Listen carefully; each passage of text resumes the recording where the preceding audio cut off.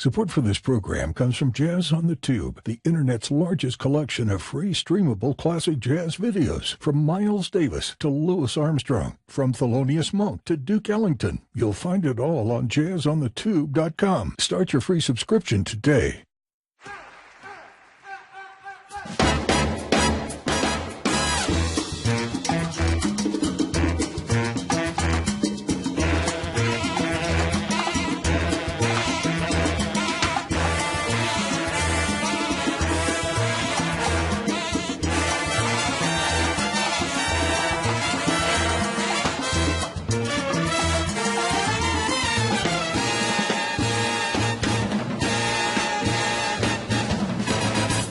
Hi, and welcome to Jazz Talk, a Jazz on the Tube podcast. My name is Ken McCarthy, and this is where we talk with people who are doing important work that supports and illuminates the music we love.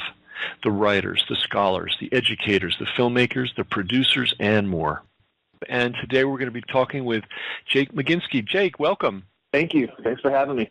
Jake has got, I'm going to say, amazing new film out, and we're going to be talking about that. It's based on the ongoing life of a great artist, Milton Graves, drummer, percussionist, and this is a great film on a lot of different levels. One, it documents one artist's life, which is always a good thing, but I think it also highlights something really important, that there are a lot of musicians who are multidimensional people, and it's very rare that anybody captures that. And this film, which has a really unique name, I'm going to ask you about that in a second. This film captures that, and I hope besides educating people about Milton Graves and his work, it also just educates people that there's a lot more to our musicians than we realize. You know, there's a lot going on behind the scenes. So tell us about, if you wouldn't mind, the title. Yeah, the title. Milford Graves' Full Mantis is the full title, and the Full Mantis part of the title has to do with a story that Milford recounts in the film, and I've also heard on many other occasions, about the kind of beginnings of a martial art that he invented in the 60s called Yara. And the story goes, Professor Graves was already a, citywide champion in boxing as a kid, and was studying various martial arts in the 60s, as were a bunch of people in his neighborhood, and he was kind of already assuming the role of teacher. And there was the garage in his grandfather's house that was the dojo that's featured in the film as well. And the story goes that several of the people he was working with and training with were going to Chinatown to get training in Chinatown in New York City, and were getting turned away from various classes and various styles because and being told that those particular martial arts styles were not available to non-Chinese. And one day, one of his friends went down to the city from South Jamaica, Queens, where they were living, and went to go to the praying mantis style class and was turned away, and came back, and the professor, basically says he thought about it for a while and was reading books on Chinese martial arts. I came to the realization that all the great masters of the art were paying attention to nature, were sitting alone in the woods and coming up with these forms, so he figured he would do that too. So he found a science book and ordered some science magazine and ordered praying mantis eggs, and they hatched them in the yard, and they studied the movements directly from the praying mantis itself. So the metaphor there was really going straight to the source, cutting out any middlemen. Anytime another human being wants to kind of cut you out or keep information from you, that you always have kind of access to both your own body, to nature, to the sensorial experience, and these are the time-tested sources of inspiration for many of the great art forms of the world. So that story, is a captivating story in itself, and it's recounted visually and in the film. But it's also, the basic instruction for a filmmaker to kind of stick right to the source, to not to not try to analyze or bring other people in to analyze the experience, but to really pay attention to what's happening in front of you and to use that as kind of basic way of structuring the film. I'd also say that you see this metaphor in all the other parts of Professor Graves' creative process. So you know, when he's doing heart music, he's going straight to his heart and sonifying those rhythms and those sounds and using that as the substance for music in his garden. He's operating the same way, watching plants, using the plants as inspiration. So this kind of going straight to the source idea seemed like the right title for the film. And, you know, we kind of, the title came and then it just stuck. And now I think now Full Mantis represents more than just the particular story. It kind of represents the whole cosmology. Yeah, the attitude towards learning, and it is a radical, I mean, for our society where, you know, you're supposed to go to school and somebody's supposed to dish it out to you, you know, in measured quantities, and you're supposed to stay on the track. That's one way of going through life, and then the other way is the way Professor Graves is showing us. And by the way, we should point out we're not just throwing that word professor around. Milford Graves was a professor at, was it Bennington? Yeah, Bennington College. He's professor emeritus now, and he taught there for about 40 years. 40 years. So he was one of the pioneers of bringing jazz education to what we call academia. Yeah, I think that's definitely true. I mean, Bennington is kind of a unique place inside academia, very experimental college in general. And Milford, I think, came there in around 1971. So he was there for quite a long time. And, you know, one of the beautiful and unexpected parts of making this film has just been connecting with the just hundreds and hundreds of students all around the world that either came through Bennington or came through the house in South Jamaica, Queens as students and have gone on to become neurosurgeons and lawyers and politicians and doctors and health food store owners and athletes, and have kind of all brought, they all have a piece of Milford's teachings inside their life. And the film, at least from my perspective, I got to meet a lot of these people of all different generations because he was teaching, because he's been the teacher for so long. So there's kind of an interesting community growing, and we're all connecting with each other kind of through the film, which has been a real blessing. That's great. So it was a community building enterprise as well as making a film. And before we go on, about this martial arts aspect to his life, he developed a pretty formidable art too. Yeah. You know, pretty, you know, and martial arts is one of those things that, you know, people will test you. And if you're not able to deliver, you know, it's an unpleasant experience. And I don't have any direct experience of Professor Graves' martial arts, but I have heard that he was formidable, and it's a formidable art that he developed. Indeed, and this was not an art that was just done, you know, only inside the space of his dojo. I mean, these were the way they were training, and I've now been exposed to many, many tapes from the history, working on another project now I can't say too much about, but this is like MMA 20 years before MMA. I mean, they were experimenting with different styles and combining different styles and really putting this stuff into practice through a regimen of both training and sparring. So yeah, it was no joke.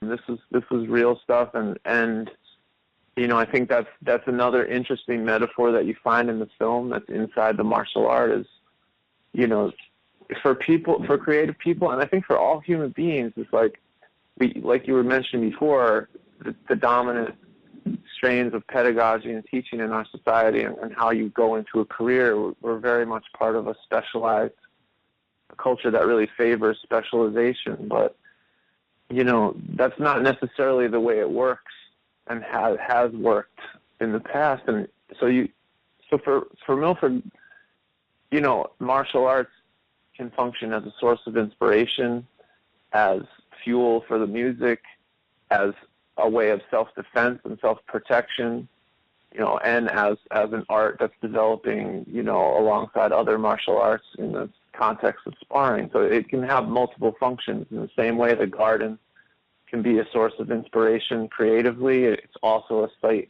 for nourishment, and a symbol can be a ride symbol that's creating a pattern. It can also on stage become a hat, and it's this kind of way of looking at what you have access to in a creative way, and kind of taking each thing in a deep way without projecting kind of narratives onto it, this emergent way of creating, an emergent way of learning that I think the film really tries to get at. I think in many ways it's a film about kind of the mysteries of creative process with someone who's really compelled to try to explain those mysteries. You don't meet many artists who are going to really try to explain the way all these things are related, the way that the sensorial, the five-part harmony relates to sound, the way the Milford experiences his own physiology and his nervous system, and how that relates to minor keys and major keys. These are real things that are influencing the way he puts together his music and his life, and he's actually completely generously willing to share them with the audience. So it seemed really appropriate to try to put the audience in that position where they could kind of receive those teachings directly, rather than have them be anecdotes inside a historicized kind of narrative of someone's career through a discography, or talking about what sidemen they had and other ways that film explores a musical life. It seemed like for this person, it was much more powerful to kind of go directly into the creative process and let the film emerge out of the different ways that creativity was working. Gotcha. So you really you experience more of the essence of the man and his way of working, his way of being, as opposed to, he was born here and he did this and he did that.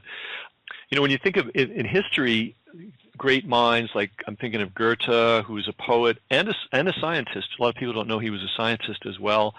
And then you think of the Renaissance, where people would be engaged in all kinds of arts, not just, they wouldn't drill down and just focus on one thing. And then the great Islamic scholars, that preceded the Renaissance. And it wouldn't be unusual for a guy to be an astronomer, a mathematician, a doctor, and a geographer, on a high level. It just wasn't unusual.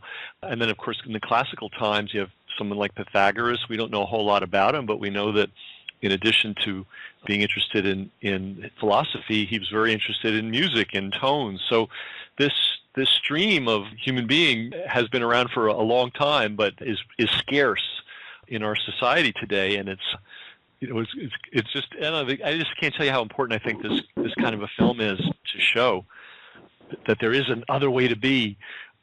Hey, I wonder, speaking of biography, people are going to be interested in details of his birth and where he grew up, and one of the things I find interesting is, because I'm a big lover of Latin music, that his original entry into music was through Latin music, and he started out as a big fan of Tito Puente, and which would have gotten him involved in a kind of a different approach to rhythm than is typical in jazz. It's I always tell people it's a very disciplined approach to rhythm. It's a interlocking approach where a lot of different people are involved. It's not just the drummer. Everybody's kind of a rhythm musician in a Latin band, no matter what instrument you're playing, and it all has to fit together as a group. Can you tell us a little about where did he grow up, and this kind of run-of-the-mill details about his life?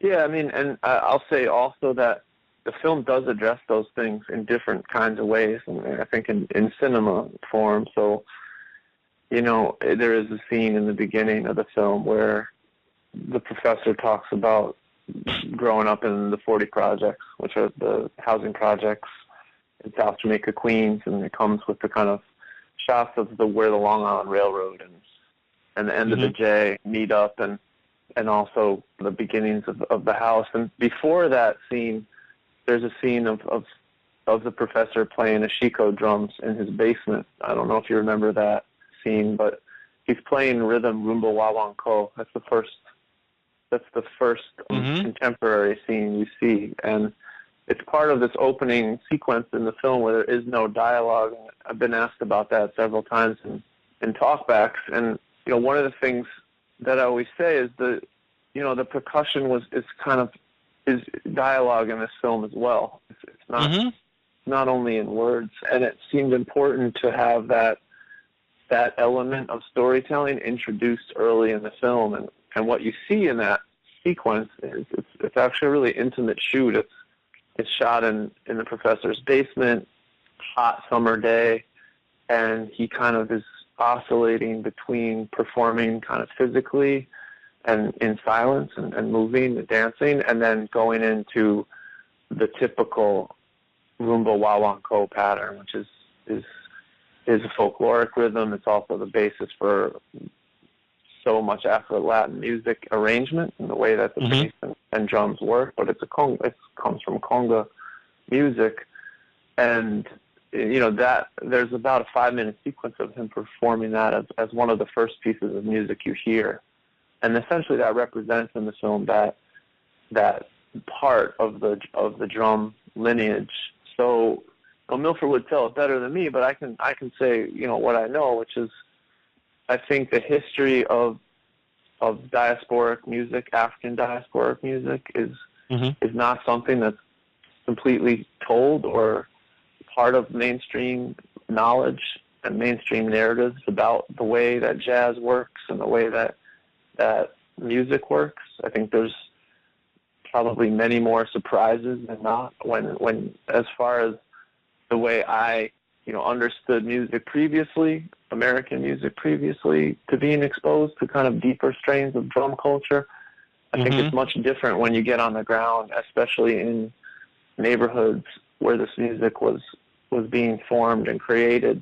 There's a lot more range of dialogue between musicians and cultures than one might think. But I think what it comes down to is Milford was drumming at a very early age. He grew up in apartment buildings where there were lots of other musicians, including Cuban family close by that came from a very heavy lineage of drummers. So he was drumming in multi-part folkloric style drumming from a very early age, and that was the kind of drumming that kind of turned him on. That's what he was interested in. So when he was a band leader since 19 years old, he brought Chick Corea in from Boston to play in his Afro-Latin band, and they opened for Tito Puente. Vader. Yeah, and I think when you hear him play now, you hear a lot of those same patterns in the drumming. You hear 12/8, the classic pattern from Afro-Latin music in a lot of what he does, and I don't think in many ways he's ever left that tradition. He applied it to kind of another context, and I think when he first sat down on the drum kit in that context, that's part of the reason it was so powerful, is because he carried this very deep stream of drum culture in his body, and when he applied that to the drum kit, it was like nothing that anyone had ever heard before. The joke of when the African drummer comes to the U.S., they say to the drummer, well, where are all your friends? So Milford was playing these multi-part rhythms by himself on the drum kit. He knew all the parts for the, like you said, very disciplined, complex, highly developed rhythmic concept was something he was bringing. So, and I think that's something that's actually an interesting point in itself, is that I've heard people talk about avant-garde jazz or free jazz or improvised music as kind of a deconstruction of something, and I think that's kind of the antithesis of what Milford is, which is it's really about emergence. He wasn't playing anything on the drum kit to try to destroy something else. He was kind of putting things in play inside the dynamic forces of improvisation and letting them grow, rather than kind of deconstructing, typical idiomatic drum patterns from bop. He was essentially activating an extremely rich and complex history of drumming inside the context of a quartet or a trio, Mm-hmm. and really bringing the drum set forward on the stage on the same level as the other instruments, rather than being a timekeeper, allowing the drums to have that same range of expression and take up as much space inside the music as other instruments. I was lucky to spend some time with Jerome Cooper, another drummer who didn't, and he even talked to me about this a lot. He said, the drummer doesn't belong in the back of the bus, and that's kind of how traditional classic jazz quartet is set up. The horn player's up front, the piano player off to the side, and the drummer in the back. And during this period of time, in the 60s, the 70s, and then onward, I think the drumming has come more to the fore. And I was also lucky to spend a fair amount of time in Cuba, and that's where you really get it, at least for me. It's one thing you hear it, performance, and it's, it moves you, but when you're in a society where that really is the thing, it's not an exotic kind of music. It is music, and everybody's involved in it. Maybe they just hit a bell or they hit the clave, but everybody joins in. The whole group, everybody around is part of the scene, and they're all part of the rhythmic complexity. And I feel that when I see Milford play, that is welling up, that original, for lack of a better word, original tradition of drumming. I don't mean traditional drumming, but that original attitude towards drumming is just sort of welling up through the drum set and through him. I would totally agree. And I would say, even to go further, I think that those rhythmic concepts that are alive inside drum cultures like Cuba, these are highly developed systems. Even when you talk about like the bell is the clave, there's a saying in Cuba, la llave es la clave, la clave es la llave. But that word, clave, the way it's written in Spanish, it means key, but not key like to open a door. It means key the same way we say key for tonal system. And that's really what clave is. That's what those patterns are. They're systems of intervallic relationships that offer areas of tension and release, not unlike a harmonic system or a tonal system of a scale. They're patterns that have emerged out of musical culture and been developed by geniuses of generation after generation after generation after generation.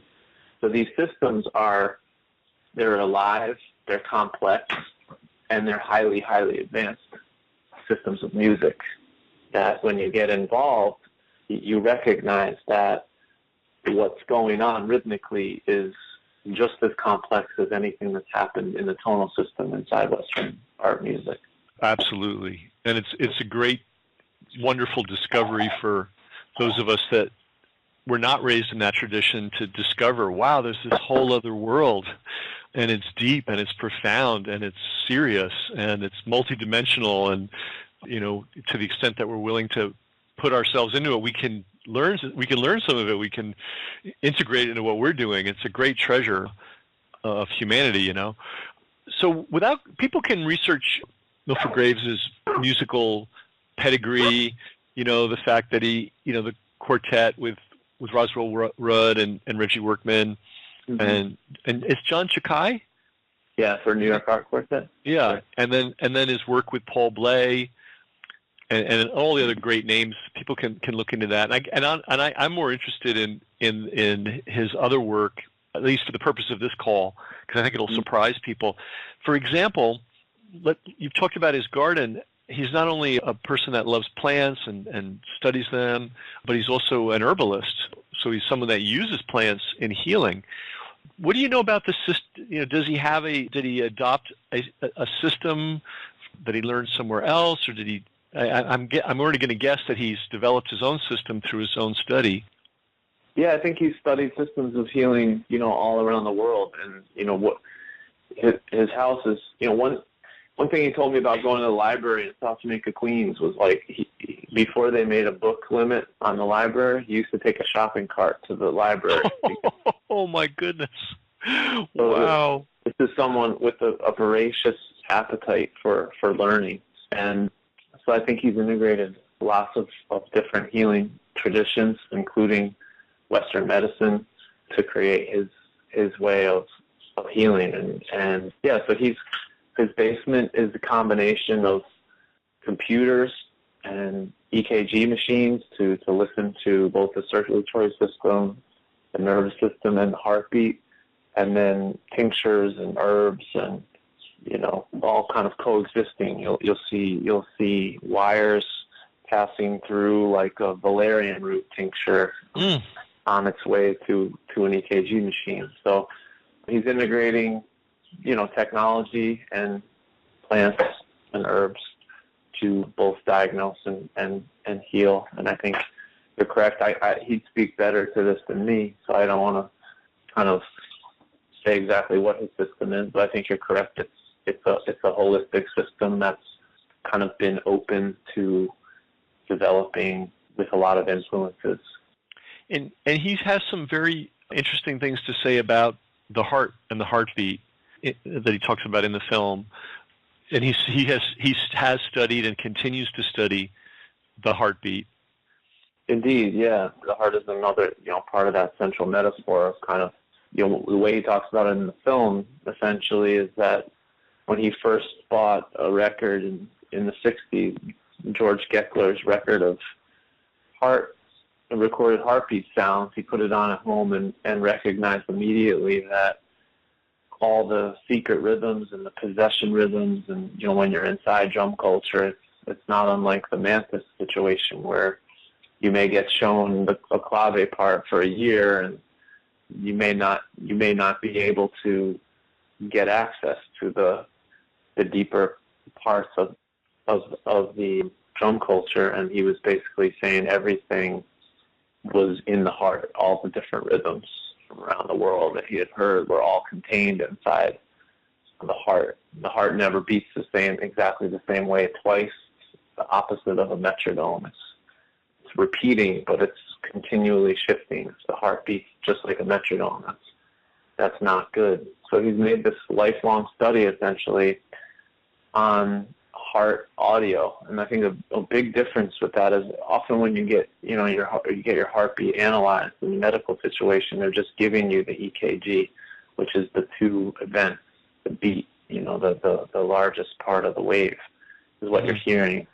But he's really recording this stuff with an electronic stethoscope as well. So he's got this large collection of heart audio, actual audio. So you're hearing all the valves.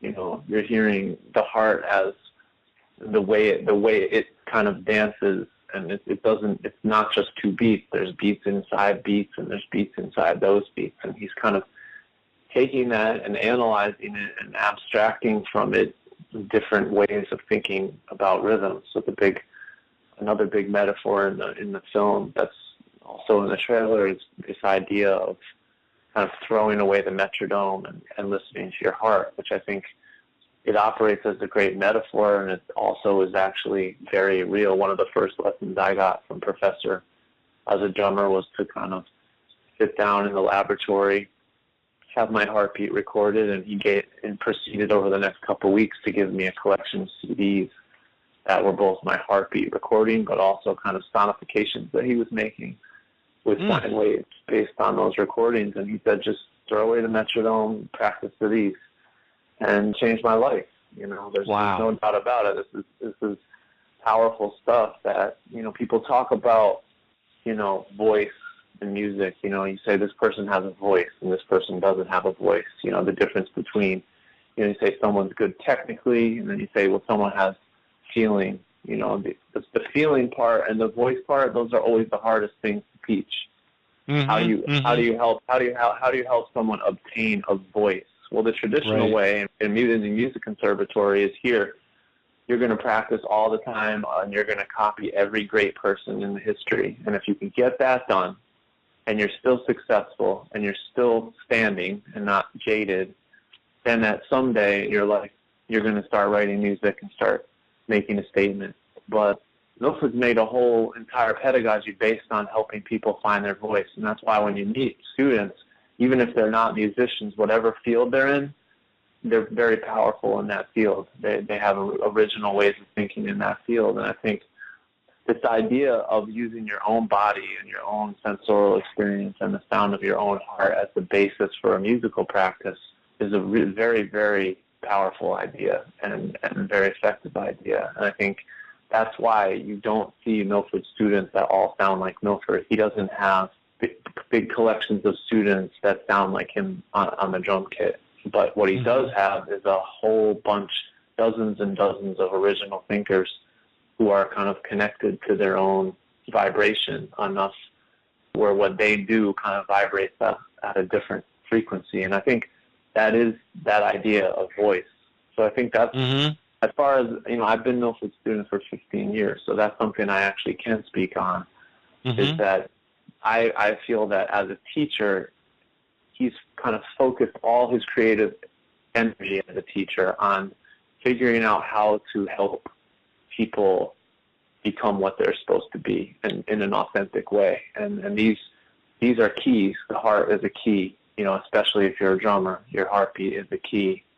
And it was a key for him, too. I mean, what he says in the film is no one can come to his house without having their heartbeat recorded. And he called all his drummer friends and said, we don't have to go around begging for these rhythms anymore. They're all inside of it. And that's the powerful stuff. And this is like the embodied, emergent thing I was talking about before. None of this stuff is was done to kind of like push people away or make a statement about, some people talk about free jazz. It's like there's some sort of crisis or something. This was not Milford's statement. His statement was about emerging and growing new pathways, new brain pathways, neurological pathways to think in previously unthought of ways. And that's really why, when I started studying with him and I started realizing what this was, I kind of recognized, and you put it all together with the discography and the career, and you realize, okay, this is somebody who's going to be looked at, in the future and studied, that if we have human civilization still in 500 years, they're going to be looking at both Milford's music, the things he was saying, and his body of research in a close way. And I figured, well, I better do my duty because I'm here. And create something. And I think when you do think back about the figures of history that you mentioned earlier, these dynamic people, often, for someone like Leonardo da Vinci, I would love to see what his laboratory looked like and the way he was thinking and talking. And that's ultimately why the film is focused on Milford's voice. So you have an hour and a half, and to get the audience into that place where you can really feel the teaching, anything else would kind of knock you off a little bit because you would start analyzing what you would start listening to someone else's analysis of what you were experiencing rather than kind of going on that journey that the film invites you to go on. Gotcha. And it's so interesting, the approach that he took to drumming, using his heartbeat as the source of knowledge, is so similar to how he approached martial arts. He was inspired by the idea that nature had been an inspiration to the ancients in martial arts, and so he said, well, I can do that too. Yeah, I'll do that. If they did it, I can do it. I love that attitude. It's really something that we all need. No doubt. And I mean, I'd say he even took that further, and this is like the body as nature, and I think that's another thing we need. But not only will he talk about the ancients, looking at nature and the master of praying mantis, studying directly from the praying mantis itself, but he'll also take his studies of the human immune system, and he'll be developing practices inside Yara based on externalizing the immune system, and he'll talk about it as externalizing the immune system and having conversations, having an arena to explore kind of the way nature works, to become more in tune with nature. And yeah, it's a powerful approach, and I agree with you. It is something we all need.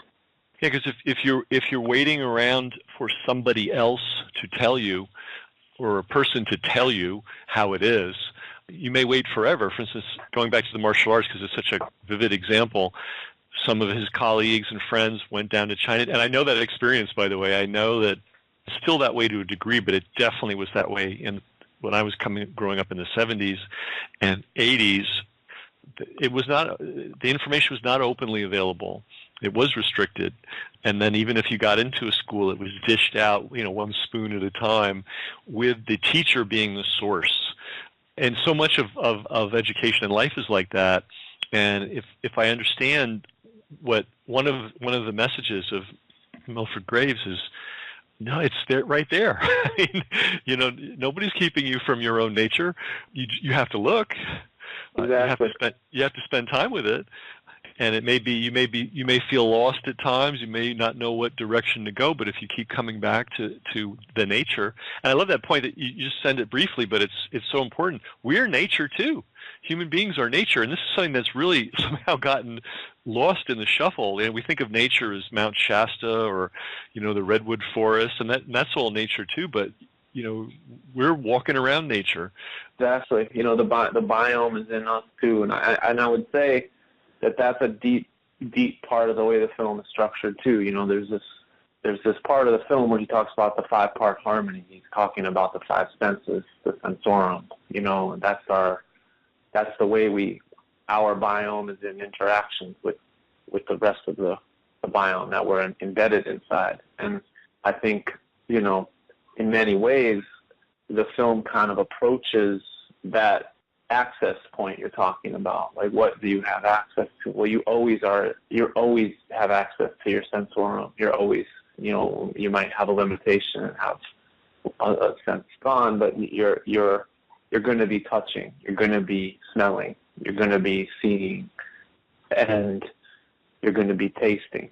So, this idea that you can build a creative cosmology based on your own sensorum, based on being engaged creatively with your sensorial experience, it's in almost every scene of the film.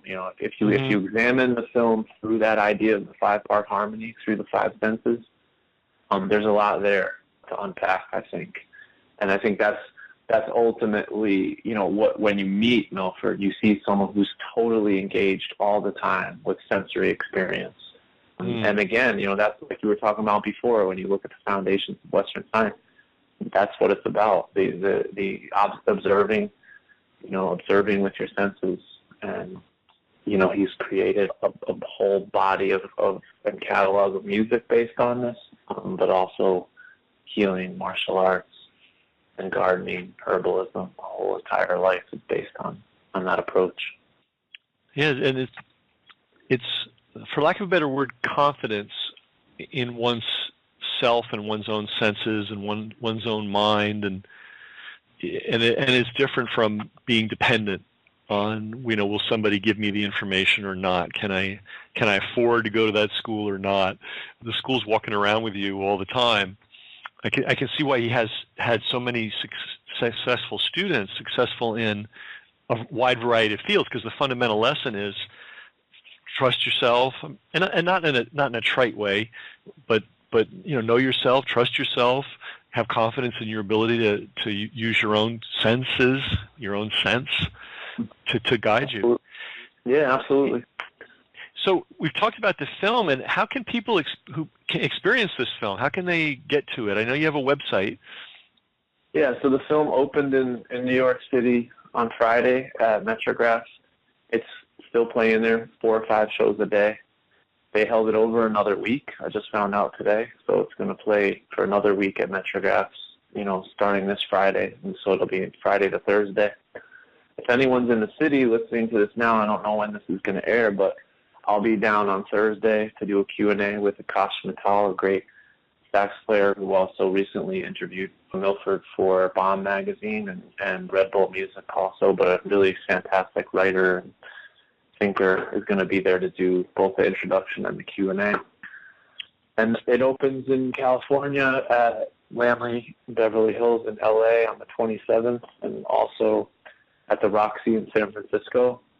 Oh, great. And then it'll be playing in cities all over. You can check the website, www.fullmantis.com. That'll have an always up-to-date screening list to see if it's playing at a city near you. There's probably about 15 or 16 cities booked now.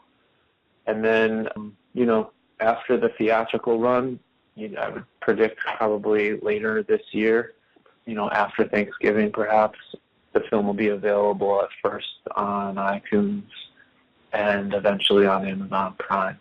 Great. I think, I would encourage people, this is the kind of film you want to see in the theater for a number of reasons. Number one, it's always more impactful, I think, to be in a big dark room with a big screen and no distractions, to really immerse yourself in this. And it's a film you want to immerse yourself in. And second, I think it would be fun to see who else shows up to see a film like this. You might meet somebody that you never would have met otherwise. It could be a very interesting social experience as well. Well, great. Well, I'm really grateful that you made this film. This is something that really needed to be done, should have been done. It has been done now, thanks to you. And it opens a window on human potential. And for people who are, all of our listeners are jazz fans. And, it's also indicative of the fact that there's a lot of intelligence and ingenuity and courage behind every musician that attains something.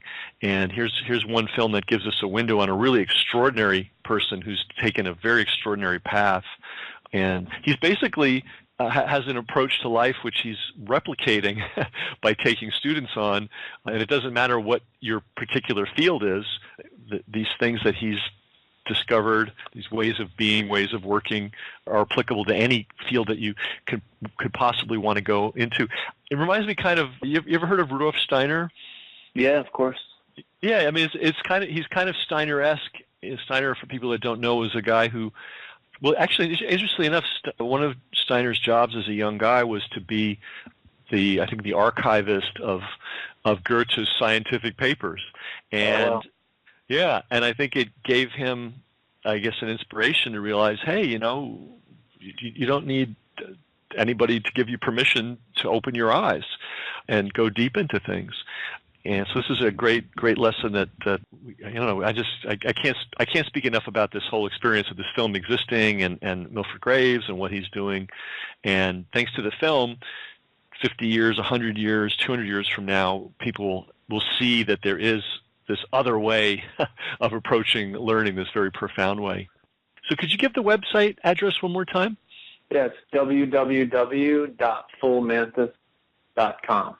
And Great. You can contact me through that website. There's film booking. If anyone's working at an art house theater or a cinema and wants to book the film, that you can do that through there. And then you can also link up with us on Facebook and Twitter and Instagram and all that stuff through the site as well. So, yeah, thank you so much for having me. I really enjoyed the conversation.